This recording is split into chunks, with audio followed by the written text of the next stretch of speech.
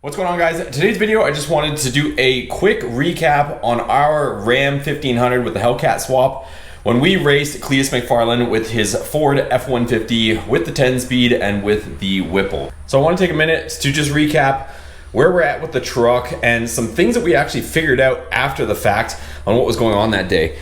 So first off, huge shout out to Simpson Racing for hooking us up with all the safety gear to keep us safe at the track. I'm gonna open some of this stuff up.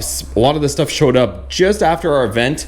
It was like a last minute race that we scheduled with Cleetus Mcfarland over at Bradenton Motorsports Park, right next to the Freedom Factory. But all of our safety gear is now here, and we're gonna be frequenting the track quite a bit now. So I'm looking forward to having this stuff when we go to the track and all the different race events.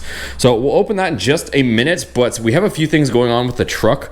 So as far as the truck itself, if you guys are new to the channel, we ended up Hellcat swapping this, and then we found out I had about 3 days notice, you guys. So it was on a Friday that I mentioned to Cleetus Mcfarland, aka Garrett. I said, hey, it would be good to race the Hellcat Ram against your Whipple F150 just to see what would happen. And I didn't really think he was gonna respond, but he responded later that day. So it was a Friday night, and then he hit me up, I think on Sunday, letting me know that he wanted to race on a Tuesday. So I had like matter of like a couple days to get this thing somewhat competitive to race against them.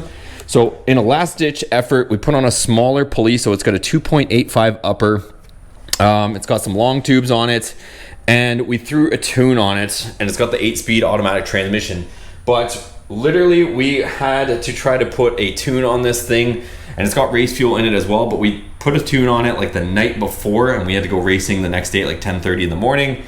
And what we found out after the fact, because I couldn't understand why I was only hitting about 126 mile an hour in a quarter mile from rolling start. This thing should be faster than that on paper, but that's all we were hitting all day long. Come to find out afterwards, when my tuner was examining the logs, he was finding that this thing was cutting power tremendously.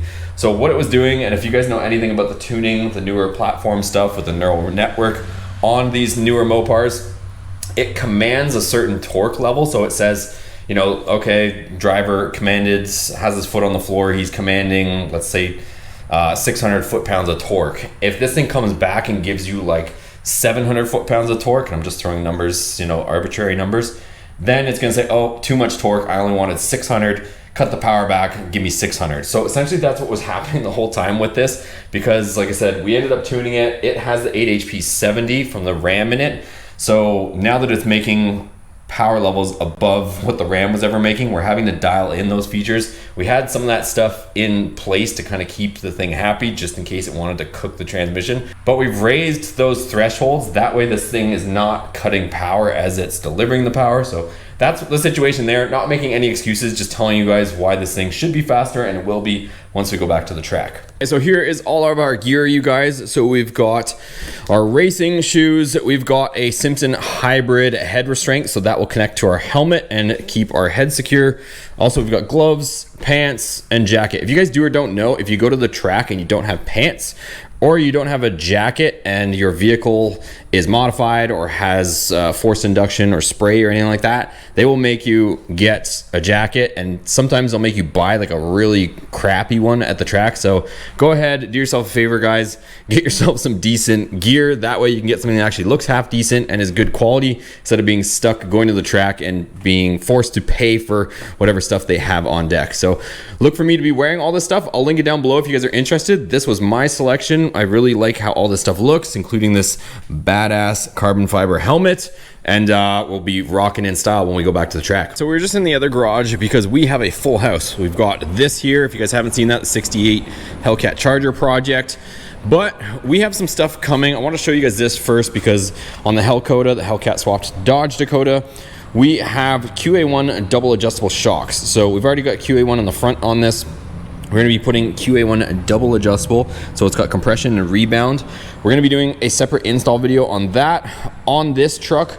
But not only that, but we've got hemi in the second gen. I ended up getting a set of them for the Hellcat swapped Ram. So this should give us better traction. Right now we just have generic shocks in the back of the Hellcat swapped Ram. So this is the same deal, except these are spec'd out for our Ram 1500. So we've got the double adjustables, again, compression and rebounds, and we're gonna be installing these on our Ram so that it gets better traction when we go to the drag strip, because like I said, right now we've just got plain Jane shocks in the back of our lowered Ram 1500. If you guys are interested in these shocks, double check your application, but I'll link which ones I'm using. These are the TD 905s, and again, down in the description if you're interested.